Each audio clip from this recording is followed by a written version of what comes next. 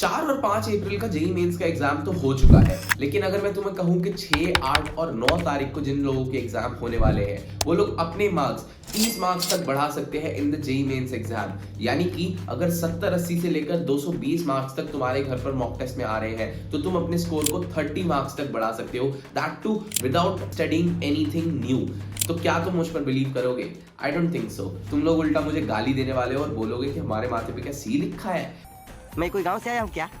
But ऐसा नहीं है। मैंने खुद 93.6 परसेंटाइल से 98.5 परसेंटाइल अपनी अचीव करी थी विद इन द 2 अटेम्प्ट्स। और लास्ट ईयर मैंने अपने कजन को भी जेई दिलवाया था जिसकी 60 परसेंटाइल जेई मेंस जनवरी के अंदर थी and he took his percentile to 95 plus in April attempt. तो यार ये बहुत बड़ी जंप होती है। He did it through hard work and studies but he also followed the things जो मैंने लास्ट में उसको बताई थी बिफोर द एग्जाम। और तुम भी अगर इन चीजों को फॉलो करते हो तो तुम्हें बहुत फायदा होने वाला है। So without wasting any time let's get into this video. इस वीडियो के अंदर 3 ऐसी चीजें बताने वाला हूं जो मोस्टली स्टूडेंट्स गलतियां करते हैं और फिर अपने स्कोर के अंदर एक डिप देखते हैं इन दी एग्जाम। तो इन चीजों को बहुत ध्यान से फॉलो करना है। तो पहली चीज जिसके बारे में मैं बात करने वाला हूं वो है यार तुम्हें सबसे पहला काम करना चाहिए कि 4 और 5 अप्रैल को जो भी एग्जाम्स हुए हैं उनके मॉर्निंग और इवनिंग शिफ्ट के जितने क्वेश्चंस तुम नेट से कलेक्ट कर सको उनको कलेक्ट कर लो। उनको सॉल्व तो करना ही करना है but you have to do one thing कि तुम्हें उनमें से पैटर्न्स को आइडेंटिफाई करना है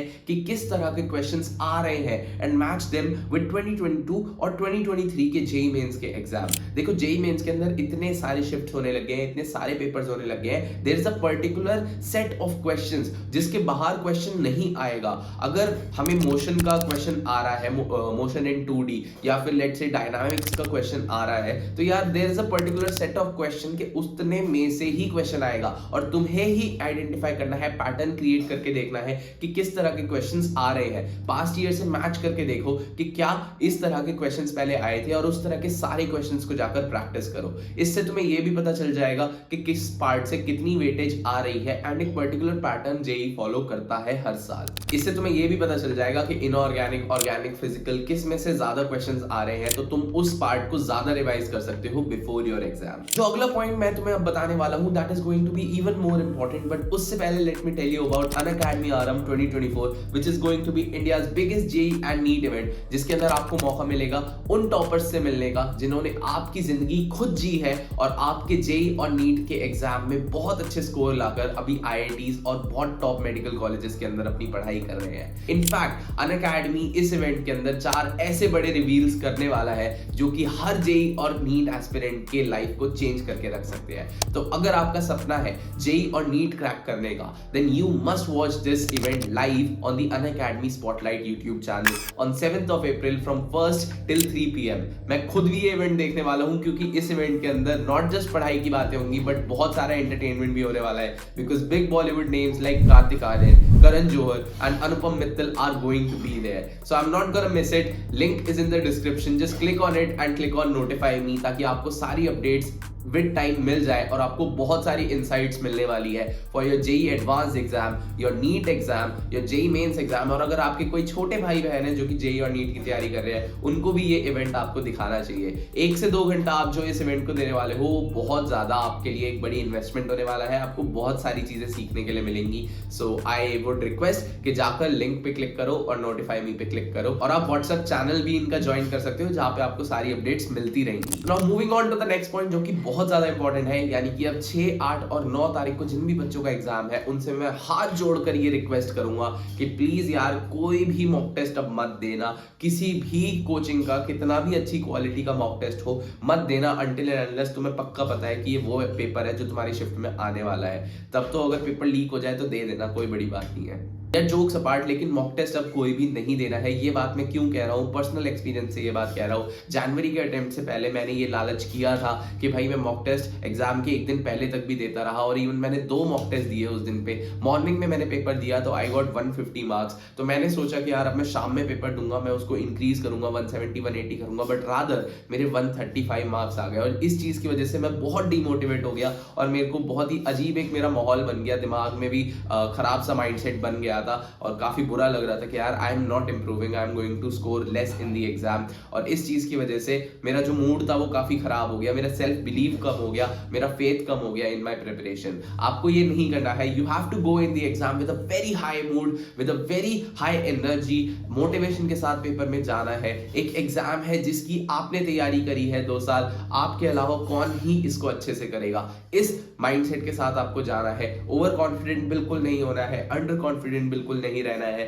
बट लास्ट मोमेंट तक हमें तैयारी करते रहना है, थ्राइव करते रहना है और मॉक टेस्ट से थोड़ा सा दूर रहना है। इनफैक्ट अगर कोई ऐसा स्टूडेंट है यार जिसने एक भी मॉक टेस्ट नहीं दिया है और उसको बिल्कुल आइडिया नहीं है टाइम मैनेजमेंट का और किसी चीज का, तो मैं 8 और 9 तारीख को जिनका पेपर है उनको कहूंगा कि एक आधा मॉक टेस्ट तुम दे सकते हो, बट उसके भी स्कोर को फिर ज्यादा दिल से मत लगाना। अच्छा आ जाए बहुत अच्छी बात है, नहीं भी आता है तो उससे डिमोटिवेट नहीं होना है। मॉक टेस्ट में अगर कम मार्क्स आ गए ना तो तुम दिमाग में एक पैरामीटर लगा लोगे कि यार मेरे तो जेई के अंदर इतने ही मार्क्स आने वाले हैं और उससे अच्छा तुम परफॉर्म ही नहीं कर पाओगे। तो मॉक टेस्ट ना देने से अच्छा है तुम अपने दिमाग में पैरामीटर बना लो। अगर तुम्हें पता है कि 150 160 वाली पढ़ाई तुमने करी है तो सोच के चलो कि भाई पेपर में तो मैं इतना अच्छा करने ही वाला हूँ, इतना कंपोज रहने ही वाला हूँ कि 180 190 तो मैं इजीली ले आऊंगा। ये सारा माइंड गेम का खेल है, मैं तुम्हें बता रहा हूँ। मैं पर्सनली ऐसे लोगों को जानता हूँ जिनके 150 160 मॉक टेस्ट में आ रहे थे और एग्जाम के अंदर जाके 180 190 मार्क्स आराम से ले आए। मैं झूठ नहीं बोल रहा हूँ, मम्मी की कसम। तो यार तीसरी चीज जिसकी मैं बात करने वाला हूँ वो है बेवकूफियों को कट करो।